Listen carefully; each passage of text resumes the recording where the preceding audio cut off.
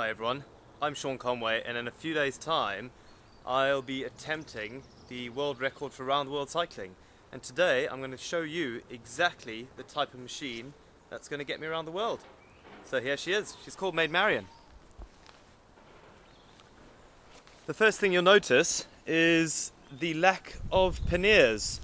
In a world record attempt I'm going for something super lightweight, so have sort of got rid of all racks and panniers and are only going with two small bags.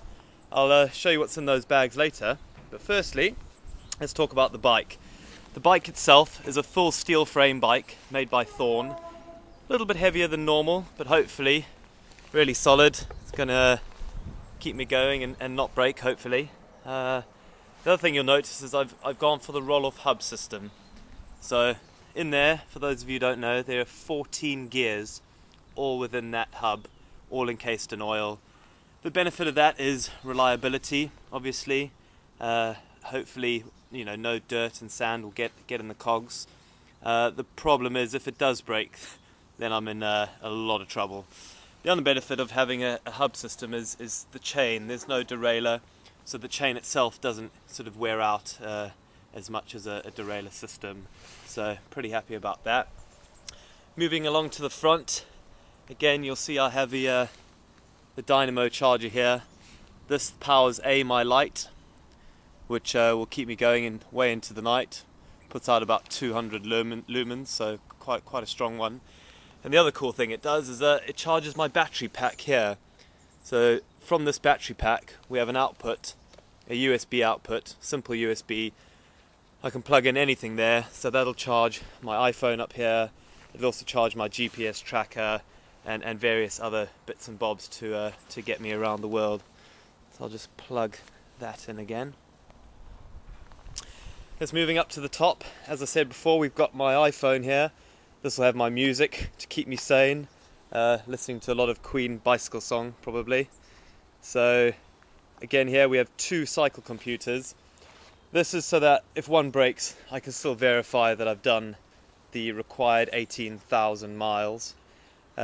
Moving to the side here we have a little mirror which I'll swap sides depending on which country I'm cycling through. And as always we have the little flying cow. She goes with me everywhere, so good to have her on board.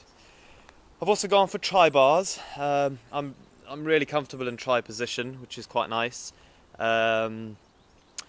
It's also good to just have the variety so that you don't sort of put any extra strain on one position as you're riding. Moving down saddle, I've gone for a Brooks saddle. I'm quite new to the old Brooks range and I love it.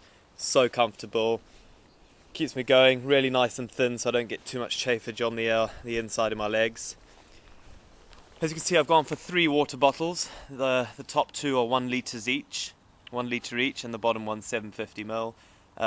Very important to have a cap on them because going through places like India you can only imagine what sort of things spray up off the road and you can't really afford to get ill in one of these attempts. And then in the middle here we have a bag which just has all my spares in. So in here we've got a couple of tools, a couple of spare inner tubes and all the bits and bobs to get me out of trouble really. Let's close that up.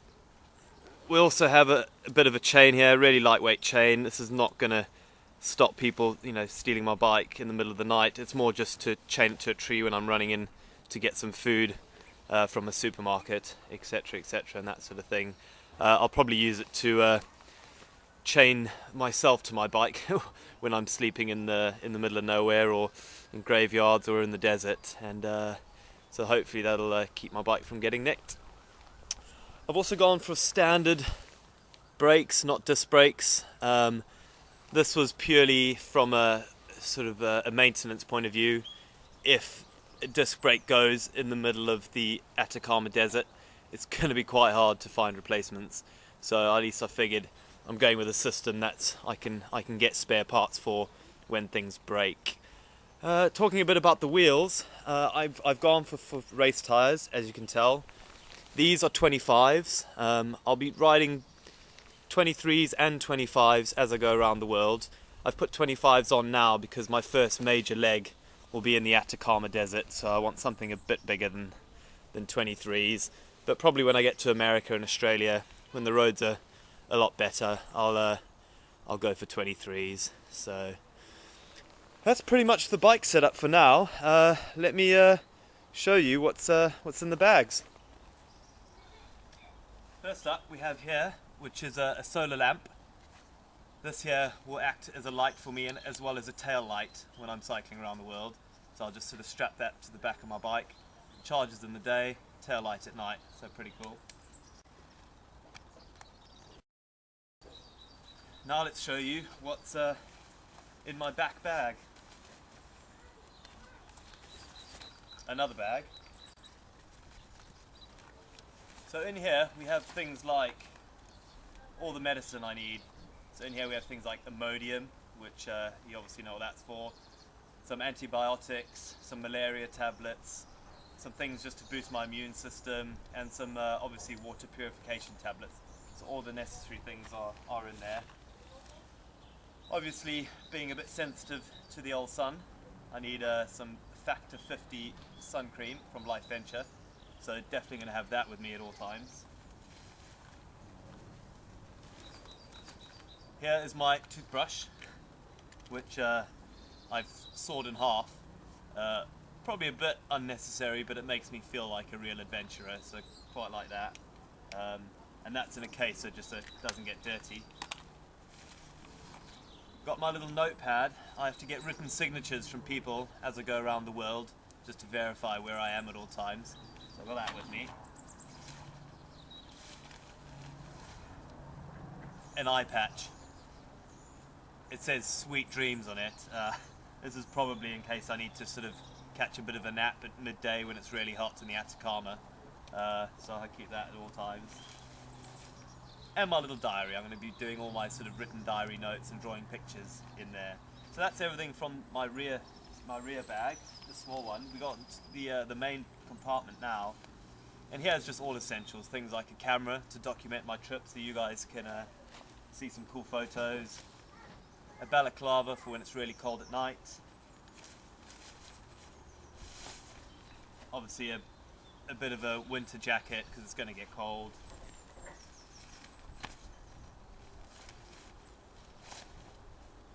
Finally, we've got just a bit of a raincoat, just so that obviously when it rains I don't have to carry a lot of extra weight on the old clothing department.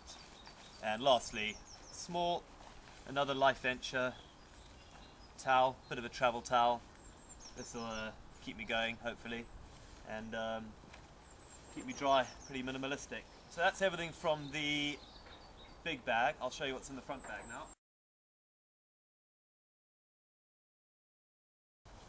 Right, everything in this bag is actually my house. This is my life, where I sleep for the next few months. Because weight is such an issue, I've gone for super lightweight everything, so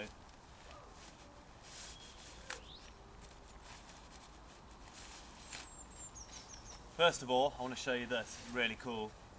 This is my camping mattress.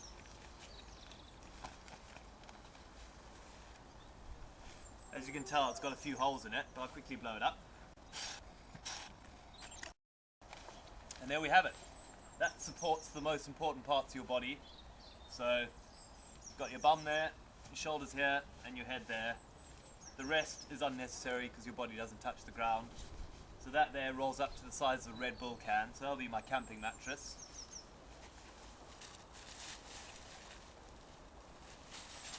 I then also have a super lightweight sleeping bag by Yeti. It's not the warmest of sleeping bags, but because most of my attempt is in warm countries, hopefully it'll do me well. So that there's only about 270 grams or something, so pretty lightweight. And then lastly, my waterproof bivvy, made by Terra Nova. This bad boy is 50 grams, so super lightweight, super waterproof. Not that breathable, but hopefully it'll get me out of some sticky situations when I find myself in some rainy parts of the world. So that's my sleeping setup really. And that's pretty much it. As you can tell, it's pretty lightweight. I'm not taking any spare clothes. As you see, I'm not taking any toothpaste, I'm not taking any shampoo. These are things I'll have to find along the way, hopefully. But trying to just be as minimalistic as possible. So that's my little video about my kit list. Feel free to ask me any questions and keep in touch, guys. Thanks very much.